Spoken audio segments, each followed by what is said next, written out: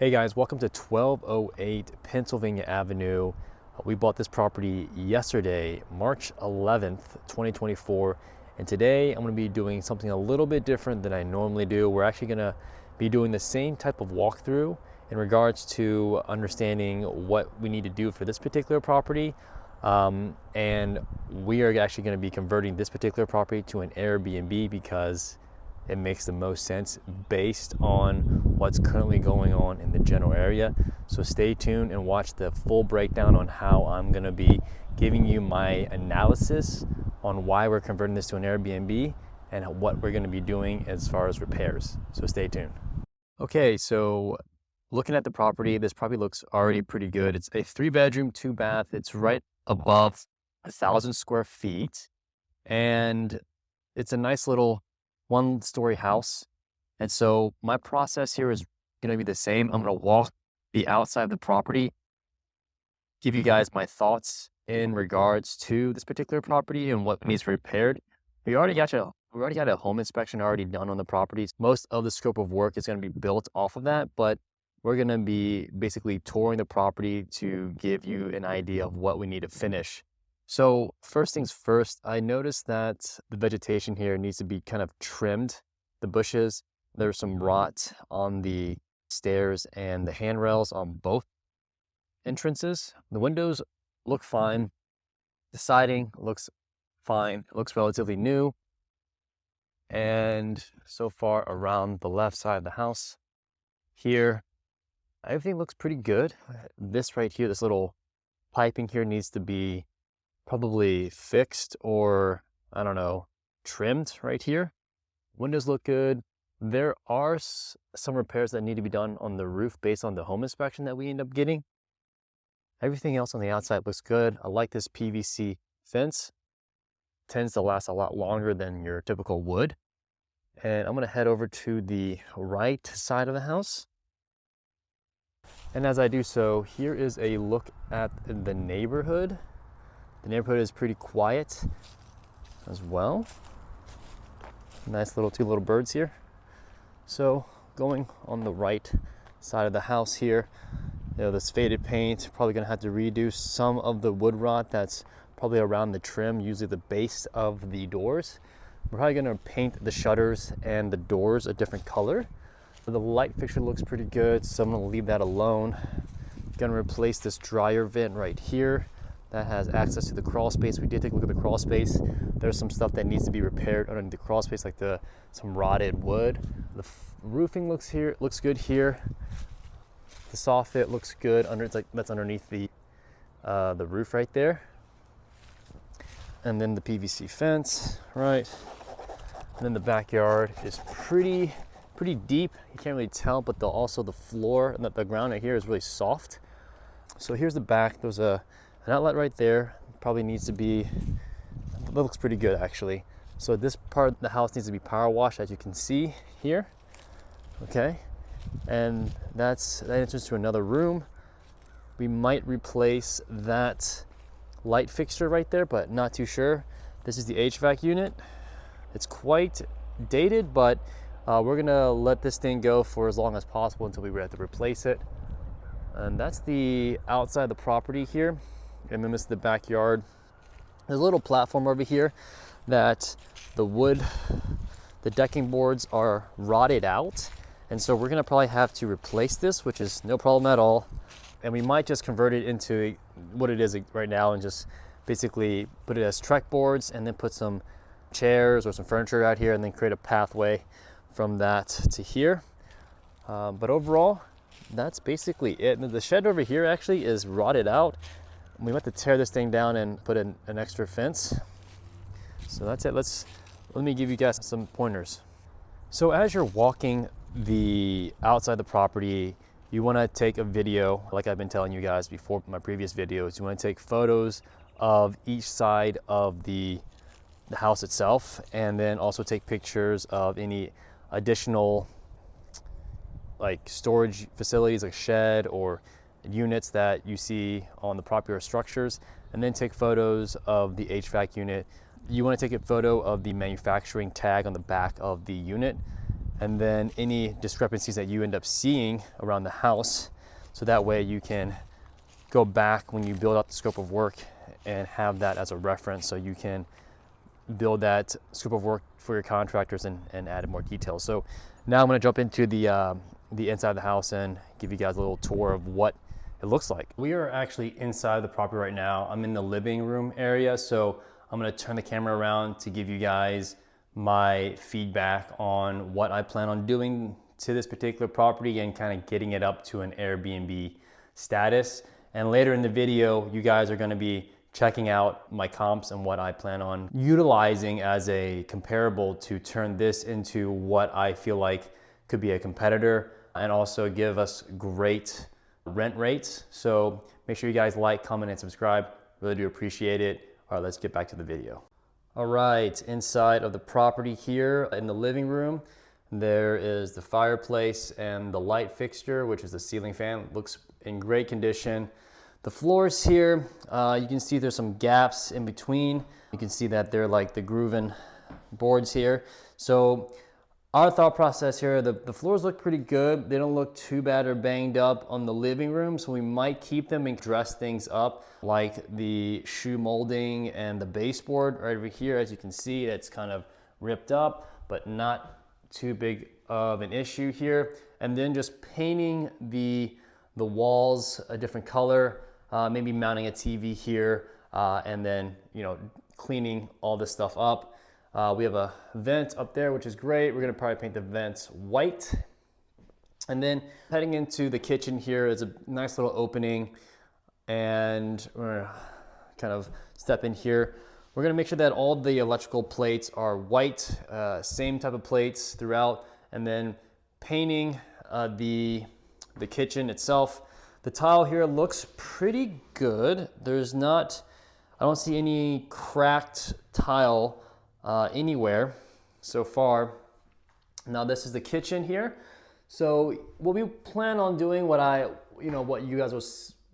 my initial thoughts here, right, are adding recessed lights into the kitchen and then refinishing this whole kitchen itself. As far as the countertops, probably gonna keep the cabinets, gonna refinish the cabinets, most likely. Gonna definitely do a deep clean on all the utilities, or the appliances. We might change that out for a stainless steel. And then pull handles for the new cabinets, and then just doing a whole deep clean of all the cabinets itself. Dishwasher, probably gonna add a new dishwasher, gonna add a new faucet, gonna change out the backsplash completely. And then I wanna make sure that all of these electrical fixtures are probably gonna be up to date and new. And it looks like this window right here is gonna need to be changed because it's an older one. It's a wood one, so we're gonna have to replace this window, which is completely fine. And for the most part, that is basically it for the kitchen. Probably gonna keep most of these blinds and just clean them out. And I think that is it for the kitchen. So nothing too crazy there. And then we're gonna head into the bathroom here and see if these lights are on. Perfect. These light fixtures are gonna be replaced, and we're gonna paint the whole hallway. Everything in the house itself is gonna be repainted. The bathroom in here is quite long, so we're gonna probably definitely update the vanity here. We're gonna make it most likely a double, if we can fit a double in here, and then move the toilet, replumb the toilet to probably to the right, or to the left side of this, move it a little bit over so that we can accommodate a double vanity. Now there is a cracked piece of tile right here that we're gonna have to probably replace or try to find a workaround on that. And then paint the whole bathroom itself. Now the bathtub, we're not 100% sure what we want to do, but it looks like it's in pretty good condition. So what I'm thinking about doing is just replacing the fixture, since we are turning this into more of a short-term rental, mid-term rental kind of situation here. Gonna recaulk the bottom of the tub here. I'm gonna update the vanity fixtures, probably add a new vanity, and then the mirror, and then also the light. We're probably gonna add a recessed light above the shower right here so people can see what they are washing, and then adding probably new bathroom accessories, so like towel bar, fixtures, paper towel, toilet paper holder, and the paper like a towel ring, and then updating the appropriate electrical fixtures. And that's basically it for the bathroom itself, but it looks in great condition. Hallway, the doors, probably gonna change out the door knobs itself. So this is like a closet. Hot water heater here. It's gonna need a little bit of TLC, it looks like. Got copper piping. Gonna need a new pan for the bottom of the hot water heater. Probably gonna change out the flooring underneath here. And then is there a light? There is no light fixture, so we're gonna probably have to add a light fixture. And then for this, we're probably gonna have to add like a rack or a closet to house all of our cleaning supplies, okay? And then in the bedroom number 1 here, as you can see, it definitely needs paint. I'm gonna add a light fixture up top, probably a ceiling fan, probably the best option here. I'm gonna paint, remove the carpet, I'm gonna add LVP flooring for this particular room, and then the electrical outlets are gonna have to be changed out to white, and then same with the switch. For the closet here, it looks pretty good, so I'm gonna leave this alone, okay? Heading into, looks like this is the washer and dryer here. So the washer and dryer looks fantastic. We're gonna have to just do a deep clean on this, probably repaint the shelves to white, and that's basically it. And there's a light fixture here, which is perfect. I'm wondering if this is the switch right here. It sounds like it, but it's warming up. So it looks like this is gonna have to be, this bulb has to be replaced, which is not a big deal. Okay, and then the light, and then the outlets will probably switch to white. Okay, perfect. And then heading into, let's go into the right side master. As you can see, this is a cracked door, so we're gonna probably have to replace the casing around the door itself. You know, same thing as before, changing out the floor. It already has a ceiling fan, which is fantastic. Most likely gonna keep that if it's working. Repainting the room itself, and closet looks good, so probably gonna have to clean this up, dress it up a little bit because it's a little bit rough around the edges. And then heading into the master bathroom, it's the second full bathroom here. Most likely gonna do an LVP floor situation here, or maybe tile. Not 100% sure what I plan on doing. Gonna update the vanity, mirror, and lights, and then add there's no exhaust at all, so we're gonna add an exhaust to remove all the steam from the shower. Most likely gonna replace this whole thing. Looks a little bit rough around the edges, grimy. So, and then add a light above that. The toilet looks pretty good. I might keep that the same. And then, what did I end up saying here? I think that's about it for the bathroom here. So that's the master bathroom. Has pretty good space, okay? So heading into the last bedroom here, which has flooring, which has vinyl LVP flooring, which is amazing. Gonna see if we can salvage this or if we have to replace it. We might have to replace the whole thing if we're gonna replace a section of the flooring, or if we can't find it. It looks like there's a couple of rough spots. So we'll probably end up replacing the flooring. So same thing here. We're gonna definitely replace the flooring, most likely, the outlets, the switches, and then this attic access is gonna have to be adjusted or repaired because it has some energy efficiency that's gonna be we have to make sure that our utility bills are tightened up. So we're gonna have to either replace this or adjust it to make sure that it closes tightly up into the ceiling.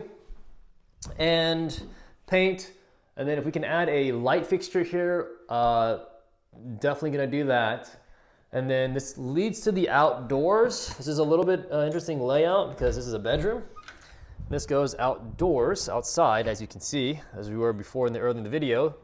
But I'm gonna dress up this door, right? Probably repaint it, and then dress up any wrought.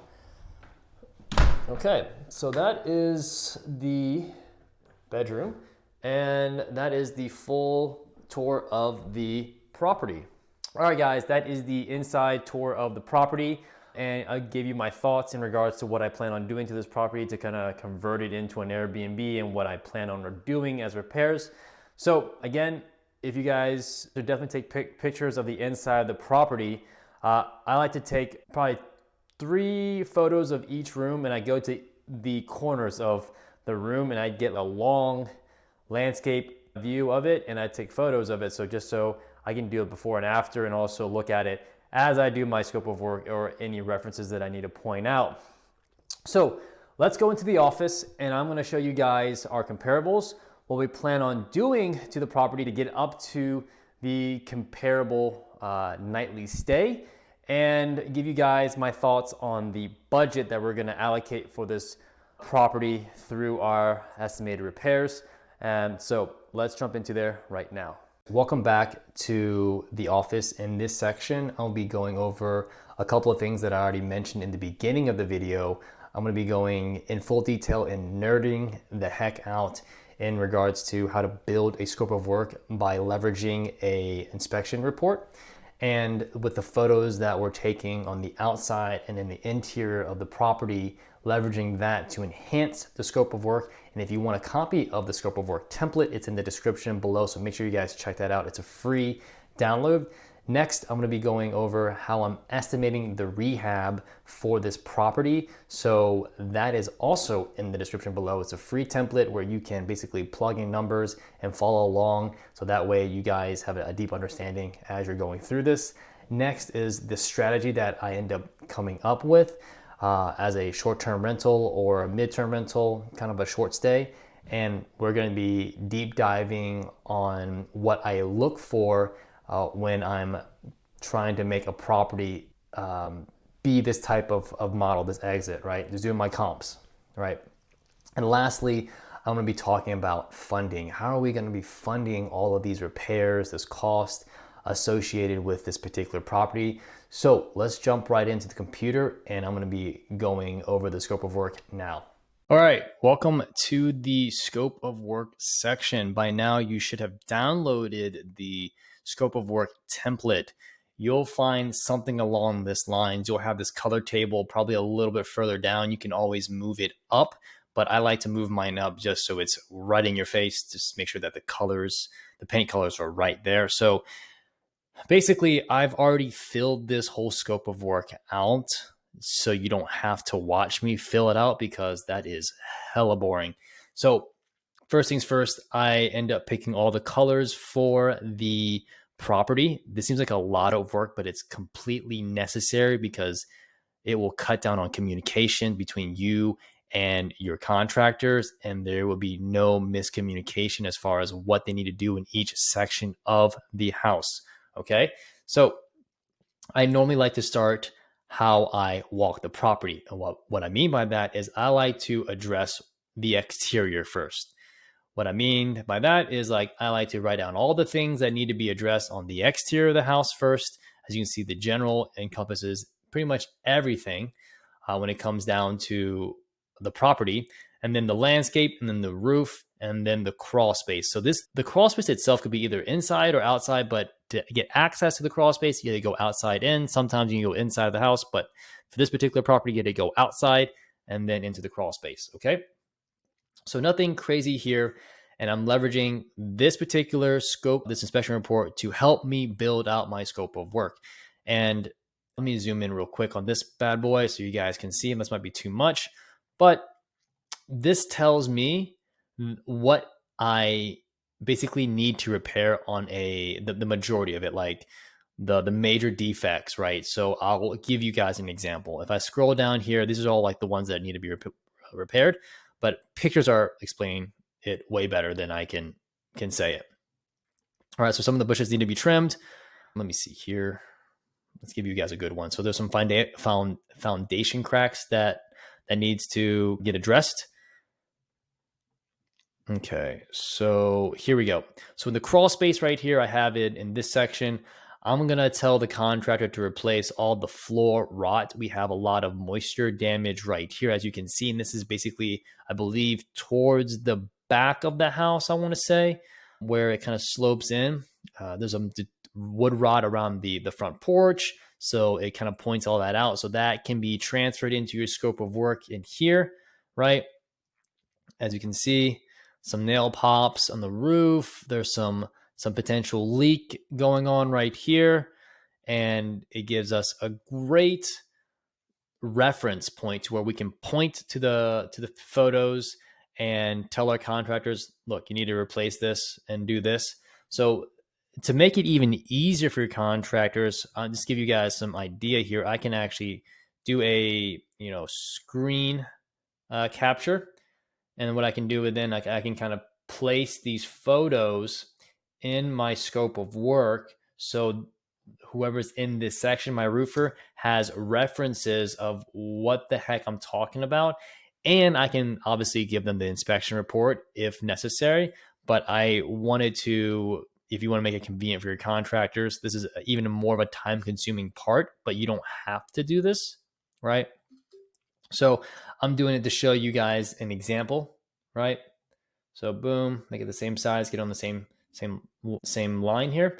So I'm utilizing the inspection report to help me build out the scope of work, as you already know.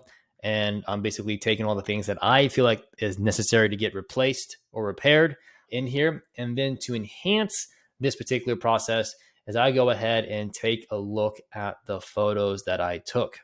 Okay. So I'm going to give you guys an example of this. So normally it's dealing with the kitchen. I'm going to scrunch this up a little bit. So if I scroll into the kitchen area, right, here I'm looking to basically refinish the cabinets because they're pretty decent. I'm looking to tear up the old countertop, replace it with new granite, replace the backsplash, removing these white appliances for stainless steel, and installing recessed lights in here, right? So I can do that. And so that way, this should be in the electrical section. So kind of how I like to structure my scope of work is I like to do the actual section of the property, like you see here.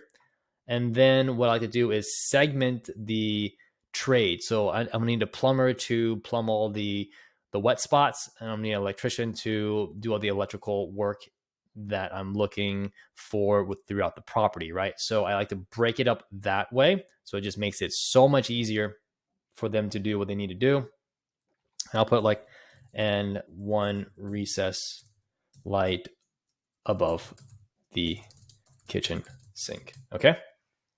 So there we go. And what I'm doing here to go back to the kitchen is, like, since I'm ripping up these countertops and the backsplash, I need to add that into the scope of work. Install a new granite countertop.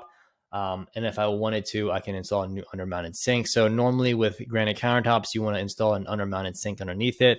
I like to get one bowl because I don't like the divider. I know it might be good for some people, but for me personally, I like the big open bowl. And so give you an idea of what I want to do. So that's the kitchen, and you can see the photos that I took in the beginning of the walkthrough. It's like basically very open and spacious, so you can see more of the space and more of the property, so you get an idea of what needs to be addressed. So for the living room, we're going to keep this basically the same, have the same lights in here as far as the ceiling fan. Now, there could be a time where we're going to basically remove the ceiling fan and then install recessed lights. But for now, I think this is just fine. And you're going to leverage the photos that you took, right, and the inspection report that you already paid for to help you build out a scope of work, just like how you see here. So that, hopefully that gives you more of an understanding in a nutshell in regards to what I'm currently doing, right? Nothing special, nothing crazy. I'm just breaking things up, like in bedrooms, master bath, hallway bath. I'm basically making it more of a dummy proof process for my contractors and for anybody else that jumps onto the job site that has a specific skill set. They can just target and just go to this scope of work and just read through the things that pertain to them and do the things they need to do. Now, that's it for now. Let's jump into the next section. Okay, now that you guys have seen the scope of work and what we plan on doing to the property, now let's take a moment and pivot and go into the repair estimator. Make sure you guys grab the free template in the description below. We're gonna see how much all of that repairs and adjustments and updates is gonna cost roughly with the repair estimator, so we can use that to get bids on to see how close we are or how off we are. So make sure you guys check it out. Let's go into it now. All right, guys, when you download the Fix and Flip Deal Analyzer, it's going to show up like this. You want to fill out the top portion of this particular tab, and then that information will be pulled into the repair estimator. You can always fill out the other sections if you want. That's going to give you a better summary if you're actually doing a fix and flip. And for this particular use case, we're actually doing it in Airbnb, and we really want to know the repair estimator. Okay, so once we get into the repair estimator tab, right, I'm going to zoom in for visibility speaking. All the information that you end up filling, the deal information is going to be pulled into here, and this section right here, whatever applies to your property, select it if you want. Otherwise, you don't have to.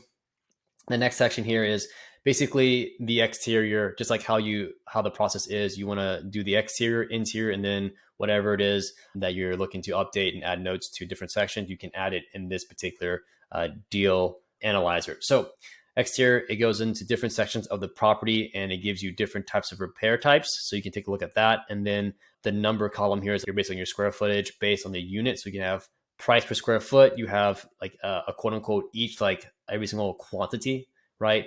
Or it has linear feet and it gives you a cost of it. This cost is your national average. So if this is high for your area, just adjust it to your location. If it's too low, then adjust it to your location. So either way, this is all adjustable and it gives you, and it spits out a price, right? So for the roof, I'm looking to put about $1,000 or so in budget because the roof wasn't that bad based on the home inspection.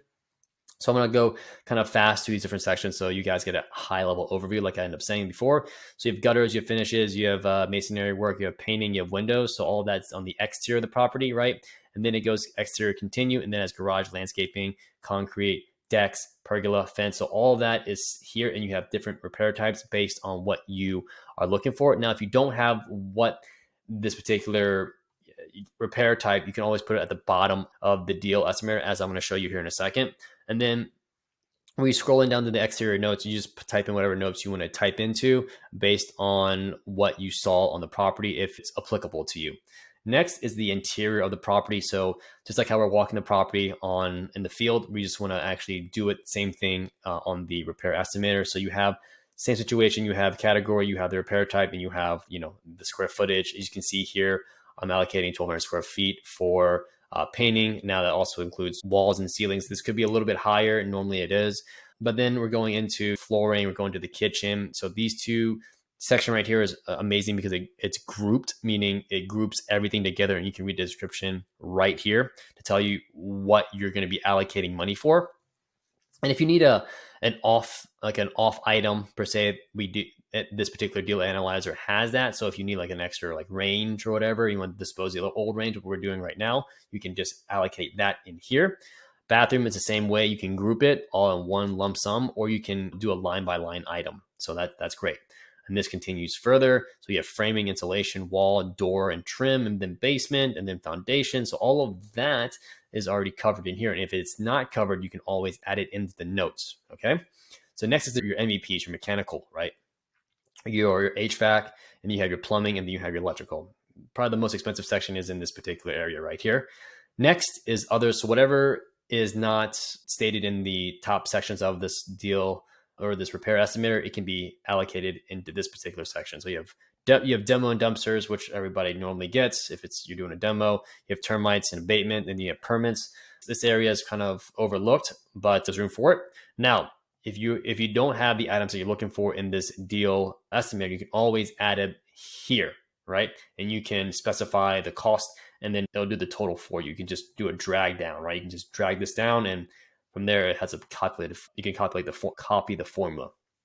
So the cost that's going to be basically for all of these repairs is going to be right around $30,000 is what this repair estimator is budgeting, and so that is my quote unquote target, or get below it. obviously preferred below it, but I also add a 10% contingency just in case shit hits the fan, but I don't think that's going to happen in this particular project. So hopefully that gives you a high level overview of what this deal analyzer does, and it gets you closer to understanding your numbers, so where you can present it to maybe an investor or understand how much money you need to get for funding. So the next section that we're going to jump into is the Airbnb analyzation and how we kind of came up to do that exit strategy instead of the fix and flip. So stay tuned for that. Let's jump right into that here shortly.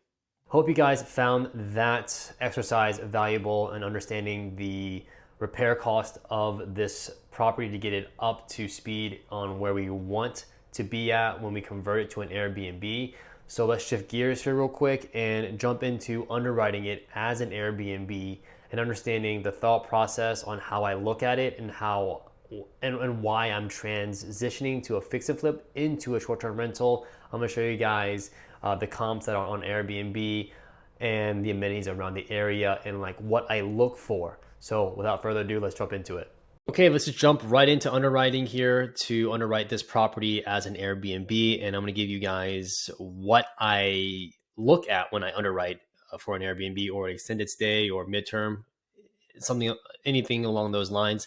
And so what I'm looking at right now is, as you can see, this is the property address. It's on Pennsylvania Avenue. And if you're not from this area, obviously you won't know what's around this area. But if you are, then you'll know what I'm talking about. So to kind of give you guys an idea, since this particular property is on this street right here, is that it's really close to the highway. And I look at that, the proximity to the highway. So if I were to basically put this into like directions into the highway, as you can see, it's a quick drive. But if I scroll out here real quick, you can see that what I look for next are hotels. Why hotels, right? Why hotels? Because hotels has spent tens, hundreds, maybe millions of dollars doing market research. And so they already know the demand that is needed for the area, right? So you can see there's a golf course here, right, which is great. But what you guys can't see on this map view is that this whole area right here is a mall, like a small center. This is VCC, or Virginia Center Common Mall. And as you can see, there's Targets, there's Publix, there's Dick's Sporting Goods. There's a lot of shopping in this mall. And this area, since I'm from around here, has been developed, and it's still continuing to be developed. And so you get a lot of traffic coming through here, which is phenomenal, right? And so then I look at, all right, I checked off the amenities, right? I checked off the other hotels. Other hotels are investing in this area. I checked off the amenities, which is like the shopping area, right? And then now I'm looking at hospitals. So where's the closest hospital as I zoom out? So the closest hospital is to the far right here, Bon Secours, right? This is a medical center, which is fairly close. So if I were to kind of put this Bon Secours, right? I think it's, nope, it's not that. Let's just see. Memorial, yep, there we go. How far is that? It's a 10-minute drive, which is phenomenal. So it's 10 minutes from the hospital, and it's probably like what? Probably close to 2 minutes to the highway, which is amazing, right? So I can remove that. So now I have proximity to a hospital, but I also have proximity to a business park, right?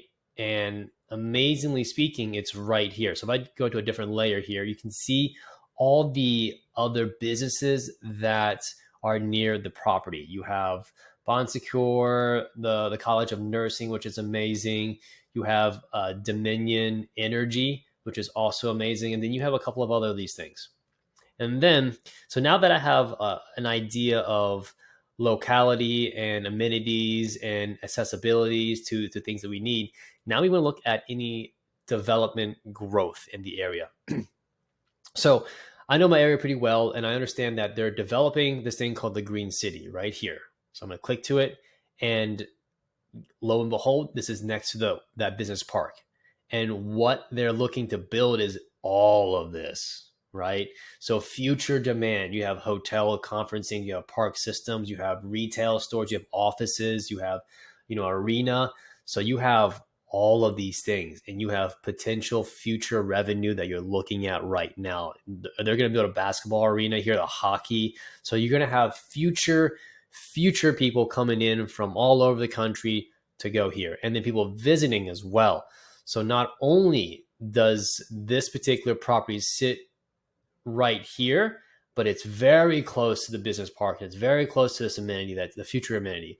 So that's what we got very excited about, and the potential of making this as a short-term rental and a continuous rental for futures to come. But now that you have an idea of why we wanted to convert this into a short-term rental, let's look at the numbers now. Does the number support what we're trying to do as far as comps, right? So let's go into the numbers here. So Pennsylvania Avenue is right here, right? And the only comp is basically this one right here, in the general neighborhood, right? So we have a comp in the neighborhood, which is great. But for this particular property, we're gonna have to maybe zoom out if we don't want to just rely on one comp. So we can zoom out in the general area we want to look at. Okay, so the comp that's closest to us is this particular property home in Glen Allen. So when we click into that, we see that it's a 2-bedroom, 1-bath. It's only a 2-bedroom, 1-bath, and they are absolutely killing it. 4.98, pretty much a 5-star, and they got 189 reviews. That is super amazing. They've been doing a fantastic job. And so how I'm building my scope of work as well is I'm looking at the finishes on this property, right? I'm looking at it, I'm scrolling through it. They got, looks like LVP flooring. They got regular walls, regular paint. They got some of it's dated furniture like this and the coffee table. And this is a dated couch, mid-century chair, and nothing special, right? Even the living room is nothing special. They have it on this little quote unquote dresser looking thing. They have a bookshelf with some games, and everything is gray walls, good floor, but the pictures are not that good. That's the other thing that you have to highlight here. The pictures are not that good. Okay. And then the kitchen looks great, looks really great. But I think they could have done a better job of adding more shelves. But I understand why they didn't more cabinets. But I understand why they did it shelves, because they kind of want to keep it at a minimum as far as what you can see. When it comes to having the ability, like, if I was a renter, I'm like, oh, okay, cool. They have plates, they have cups, they have wine glasses, cool. They have cutting boards, salt, pepper. But the overall finish is pretty good. But their amenities, like the stove and the dishwasher, even though it may not be a big thing, I think it could have been a stainless steel kind of finish product. And they have butcher block countertop, which is great. It's very durable in the future, but we're going to upgrade our amenities to command a little bit more. Okay. And then I love the backsplash that they have here, which makes it a nice touch. But you can also see the dining table here, which is pretty small. So this area, the kitchen is quite small, and the cabinets are, they're not that much space. Okay, so if I go in the next picture, they have a little coffee station in here too as well, which makes it a nice touch. And then the dining room next to the cabinets, right? So they have newer windows, and they have a bed with LVP flooring going throughout. So not having any carpet, with a desk, some linen, perfect. Another king size bed right here with a Nectar mattress. So they're actually letting you know what kind of mattress they have. They don't even have closet doors. Okay. The bathroom looks pretty nice. It's tiled shower, tile floors, updated vanity, updated lights, mirrors. So they did a good job in the bathroom. So that's good to see. And then they have a fire pit. So we need to put some sort of fire pit amenity in our house to kind of get it up to this speed, right? And nothing to see here, really, honestly speaking. They have a washer and dryer, which is fantastic. And that's their house. So they're actually charging, let's just see, $156 a night. So if I plug that into a calculator real quick, right?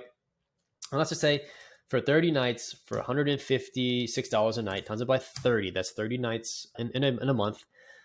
If they were to get 100% occupancy, which is rare in this industry, in this kind of case, it's not rare, but you don't want it to be 100% occupancy.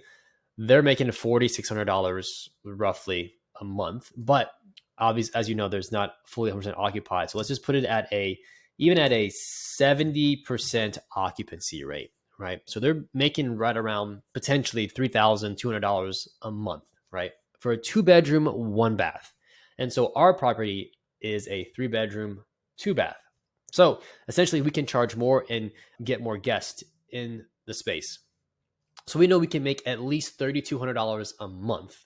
That's not including the mortgage, the operating fee, the cleaning fee, and all the other fun stuff that goes into Airbnb. But I just want to give you guys a rough number of how much gross we could potentially make. Okay. So let's take a look at another comp in the area that might be able to fit our same model here. Okay, so we have this is another one. I don't know where this is at. This is actually this is a $175 a night.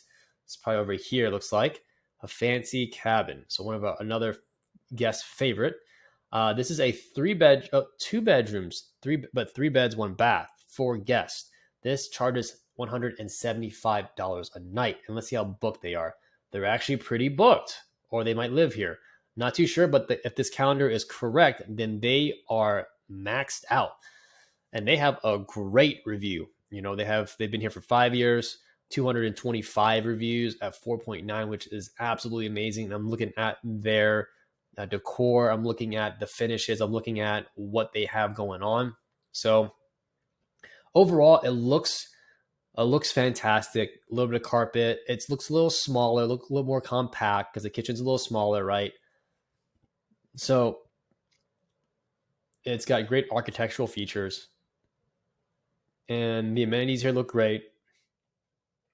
All right, I'm looking through all this. So nothing here screams like renovated, but they have really nice photos. Okay. And so I'm looking at this and it looks cool, but this is like an open kind of concept as far as there's not really a true bedroom, right? But they have beds. Okay, cool. So it's a tiny home. It's a tiny home, basically. They're making a killing on a tiny home on a good plot of land. Wow, that's absolutely amazing. And they got horses too as well. So that's like the draw. Okay, for us, we don't have that, which is totally fine. But what we can expect is at least $175 per night with one less bathroom. Okay, so if we have a 175 times it by 30 nights, we get a 7% occupancy rate. That's $3,600 a night or a month. Excuse me. So with that being said, we have anywhere between $3,200 and $3,600 a month in gross profit ballpark, right? And so that gives me an idea of like, okay, this could be an amazing opportunity to have as a short-term rental. Okay. So just based on those 2 comps alone, I randomly picked out, but there's another one here as well. So this is a 3-bedroom, which is kind of be more of our speed, but has 1 less bath. Okay. So this particular property, let's just see what this looks like. It looks like it's relatively empty or high vacancy in April. Let me see if anything else. So this might not be a good comp. And this also helps me determine, like, I don't want to price my property this high at $260 a night because I might not get any bookings at all, which is kind of the case. So the sweet spot for this particular property, for what I'm seeing, is $156 to $175 a night. But I could potentially go a little bit higher, maybe to $185 a night because I have an extra bathroom and it's bigger than these 2 properties and it has a little bit more amenities.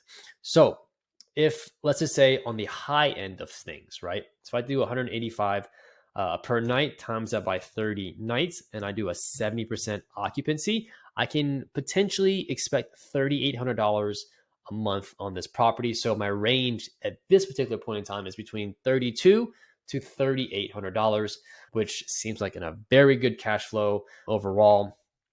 And what I do take in consideration as far as underwriting is concerned is I take a look at the mortgage, right? So as you guys all know, you guys know how to calculate the ARV. And if I were to put the ARV at 285, as you saw earlier in the video, and I times that by 80% loan to value, I'm looking at a 228 loan amount, 228K, let's just call it, right? And that's a refinance. So I'm not putting anything down payment, right? And I'm looking to get a 228 loan. Let's just call it, I'm going to get a 7.6% interest rate because that's what I end up getting my last refinance, which is like basically a couple months ago. And property tax, let's just end up putting, I don't know, $2,500 for shits and giggles. I'm not doing any PMI. Home insurance, let's just call it $1,200. And there's no HOAs. And let's just calculate what that looks like. So On the very, very high end, it's going to be around $2,000 a night, and have a gross profit between $1,200 and $1,800. So I think that's a really good spread, right? Have a really good spread in relation to the Airbnb. And what I like about this is that the future growth of it all, right? I have this park being developed. I have this business park here. I have hotels that are already did their research. So I have levels of security and levels of data points to back up this being a good buy and hold. Furthermore, I like how small the property is. So if anything were to happen to it, it's quite an easy fix. It's not like a luxury Airbnb, and it's quite small, right? It's quite small, and I like it. So I mean, at the end of the day, it's a very, very small property, and it could be a very good buy and hold for the time being. And the other Airbnb that we found is right here next to it. So we actually have another Airbnb. That's the one that you saw earlier, the first one right here. So this is the Airbnb that we end up seeing on the map here, this one right here. So they're doing well. So I can expect similar results, if not better results, if I were to turn this to an Airbnb. So that's basically it for this section. I hope you guys found this valuable.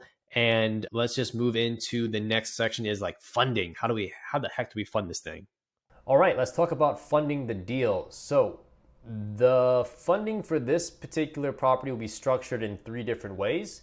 The first way is to purchase the property, and we end up buying the property for $209,000. We got a hard money lender to cover the majority of that, of $196,000, leaving a little bit of a gap. And kind of how we fill that gap will be a private money partner, will be the second way of getting into the deal. So we need about $20,000 to get into the deal with a private money partner. And that individual, for all disclosure purposes and being transparent, is going to be my brother. So he's going to come in the deal and he's going to fund $20,000 for the closing cost and just get ourselves into the deal. Now, the third way, the third way would be renovating the property. As you can see from earlier in this video, that we need about $30,000 to get everything up to where we want it to be for an Airbnb rental. So we're gonna have a second or third lender in this case to come in and loan us the money and have us renovate the property. Now, $30,000 is gonna come in and renovate the property. That's gonna be a regular investor, giving them 10 to 12% on their return on their money for that period of time. So since it is a more riskier position, we're gonna offer a higher interest rate, but a fixed interest rate at that. So once we finish repairing all these different things, how are we gonna pay back everybody in the deal? So we're gonna do a cash out refi on the property. So we're gonna leverage this kind of a newer form of long-term debt, right? Where you can basically have a rental property be an Airbnb, and as soon as you get your property on Airbnb, get your first booking, then you can start the refinance process. Is kind of how it was basically told to me, so that we're going to be doing that. Or we could be doing a long-term rental situation, leveraging the rents on that to do a cash out refi. So all in all, we think this property can, after all the repairs are done, could sell for 280 to 285, conservatively speaking, based on that particular area. So doing a 80% loan to value with those numbers at 280 and 285, we're looking at around a $224,000 to $225,000 cash out refi. What this does, it would clear out the first position debt, would be our hard money lender. It would pay back the majority of the second lien position, which is the rehab. In this case, it would be $30,000. So we'll have a little bit left over, and then we're gonna be paying the remainder of that through the company funds to pay back the principal plus any interest owed on that money. And now we have, and now we're in the deal for probably no more than potentially, you can say $30,000 to $40,000 at most, but it's spread over a course of that time. And with that, we believe that we can service the debt properly and have a great cash flowing asset at the same time. So once again, I hope you guys found that valuable and insightful in how I do my research. Now, I didn't try to go too in depth, try to give you guys a really a blanket approach. I know this video is long. If you guys made it to this part, I really do appreciate you. So feel free to like, comment, and subscribe. And I hope you guys stick tuned and see you guys on the next one. Peace.